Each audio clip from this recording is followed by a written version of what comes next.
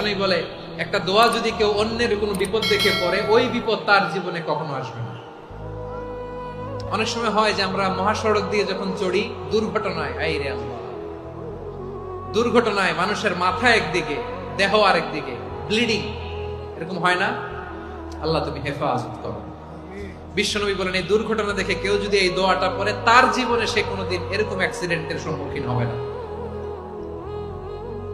শুনবেন, বিশ্বনবী বলেন অন্যের বিপদ দেখে কেউ যদি পড়ে, আলহামদুলিল্লাহিল্লাযী আফানি মিম্মা বাতালাকা বিহি ওয়া ফাদ্দালানি আলা কাসীরিন মিম্মান খালাকা তাফদীলা, মানে প্রশংসা সে আল্লাহর, যে আল্লাহ তাআলা তোমাকে যেই জিনিস দিয়ে পরীক্ষা করেছে আমাকে ওইটা থেকে বাঁচিয়ে দিয়েছে।